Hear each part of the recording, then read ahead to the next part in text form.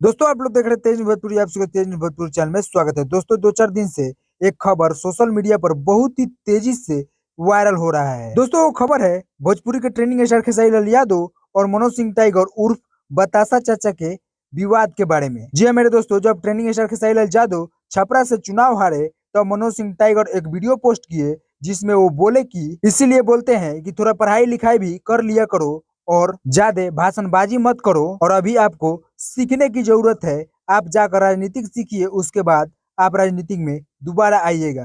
दोस्तों तरह तरह के बातें ट्रेंडिंग स्टार खेसारी लाल यादव के लिए बतासा चाचा बोले और ये सब बातें खेसारी लाल यादव के फैंस को बिल्कुल अच्छा नहीं लगा और उनके कमेंट में भद्दी भद्दी गालियां लिखने लगे खेसारी लाल यादव के फैन और उनके व्हाट्सएप पर भी मैसेज करके उनको परेशान करने लगे लोग और उनको धमकियां भी देने लगे लोग कि तुमको कहीं पर भी शूटिंग नहीं करने दिया जाएगा और जहां मिलोगे वहां तुम्हारा कुटाई हो जाएगा।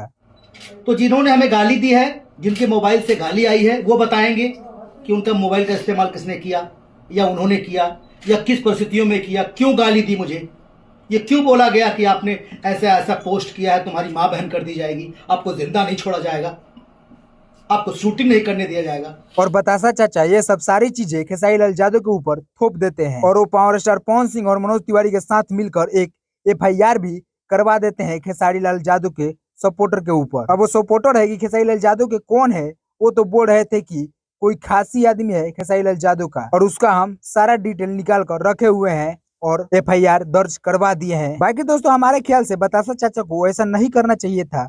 क्या जरूरी था आपको टिप्पणी देने का? खेसारी लाल यादव हारे या फिर जीते, आपको उससे क्या मतलब है? आप जब आग में घी डालेंगे तो उसका तो खमियाजा आपको भुगतना ही पड़ेगा। बाकी दोस्तों इस विषय पर आप सब क्या कहना चाहते हैं हमारा कमेंट में जरूर बताइएगा। तो चलिए मिलते हैं किसी और वीडियो में किसी और टॉपिक के साथ, तब तक के लिए बाय बाय।